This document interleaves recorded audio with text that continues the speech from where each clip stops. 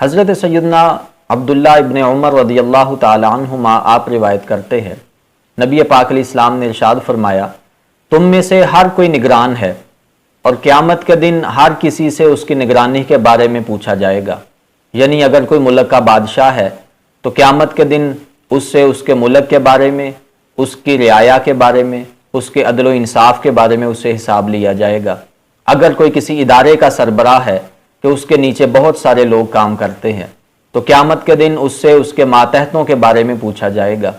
اگر کوئی گھر کا سربراہ ہے تو قیامت کے دن اس کے گھر کے بارے میں، اس کے بیوی بچوں کے بارے میں اس سے حساب لیا جائے گا۔ یعنی ہر کوئی نگران ہے اور اس سے نگرانی کے بارے میں قیامت کے دن حساب لیا جائے گا۔ اسی طرح ہی ایک آدمی اپنے ملک پر حکومت کرتا تھا، ملک کا نگران تھا، بادشاہ تھا۔ اس کی زندگی کا آخری وقت قریب آ گیا تو اس نے اپنے ملک کے اندر اعلان کروایا کہ بادشاہ ایک آخری وصیت کرنا چاہتا ہے، آ کر وصیت سن لو کہ جو بندہ بھی بادشاہ کی اس وصیت پر عمل کرے گا وہ اس بادشاہ کے مرنے کے بعد ملک کا نیا بادشاہ ہوگا۔ لوگ اس کے دربار میں آ کر اکٹھے ہو گئے۔ بادشاہ نے اپنی وصیت سنائی، کہا کہ لوگوں، میری آخری وصیت یہ ہے کہ جب میں مر جاؤں، میرے مرنے کے بعد میرے لیے جو قبر بنائی جائے گی تو تم میں سے جو شخص میری قبر میں میری جگہ پر ایک رات گزارے گا، اگلی صبح ہوتے ہی اسے اس ملک کا نیا بادشاہ بنا دیا جائے گا۔ وہی لوگ جو جوک در جوک وصیت سننے کے لیے آ رہے تھے کہ ان کی خواہش یہ تھی کہ ہم وصیت پر عمل کر کے نئے بادشاہ بنیں گے، لیکن بادشاہ کی اس وصیت کو سن کر لوگوں کو سکتہ ہو گیا۔ ہر شخص خاموشی کے ساتھ دربار سے نکلنے لگا۔ جب سب لوگ چلے گئے، ایک آدمی بادشاہ کے دربار میں کھڑا رہا۔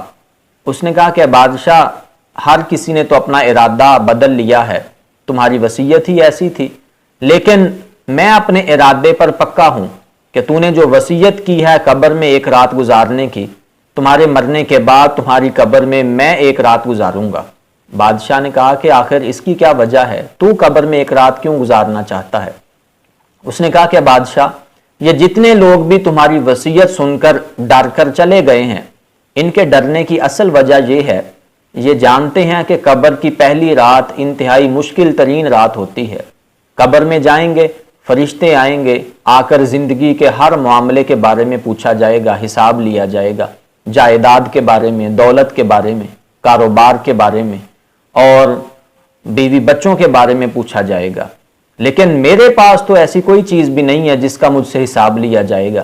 میں تو ایک غریب آدمی ہوں، ذات کا کمہار ہوں، میرے پاس صرف ایک گدھا ہے، گدھے کے علاوہ نہ میرے پاس جائیداد ہے، نہ دولت ہے، نہ گھر بار ہے، نہ کاروبار ہے، نہ بیوی بچے ہیں، تو مجھ سے اس ایک گدھے کے بارے میں کیا حساب لیا جائے گا؟ لہٰذا میں تمہاری قبر میں ایک رات گزاروں گا۔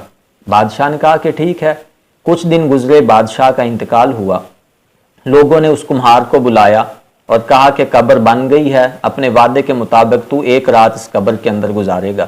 وہ خوشی خوشی اس قبر میں داخل ہوا۔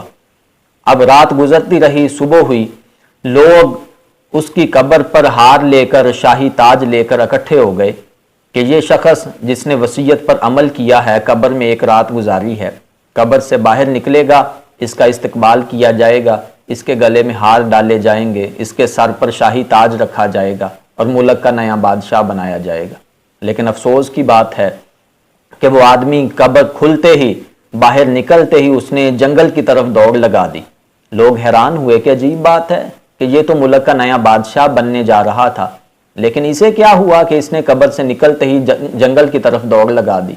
لوگ اس کے پیچھے بھاگے، اسے پکڑ لیا اور پوچھا کہ بھائی تجھے کیا ہوا؟ تو ملک کا بادشاہ بننے جا رہا تھا، لیکن تو ملک چھوڑ کر بھاگ رہا ہے۔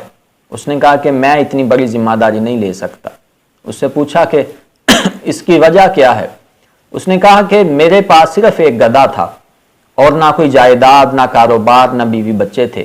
میں سمجھتا تھا کہ قبر میں جاؤں گا تو اس ایک گدھے کے بارے میں مجھ سے کیا حساب لیا جائے گا، لیکن عجیب بات یہ ہے کہ جب میں قبر میں پہنچا، فرشتے آ گئے، آ کر اس گدھے کے بارے میں مجھ سے حساب لینے لگے کہ فلاں وقت میں نے گدھے کو پانی نہیں پلایا تھا، اس کی سزا دی گئی، فلاں وقت گدھے کو چارہ نہیں کھلایا تھا، اس کی سزا دی گئی، فلاں وقت گدھے پر زیادہ بوجھ ڈال دیا تھا، اس کی سزا دی گئی۔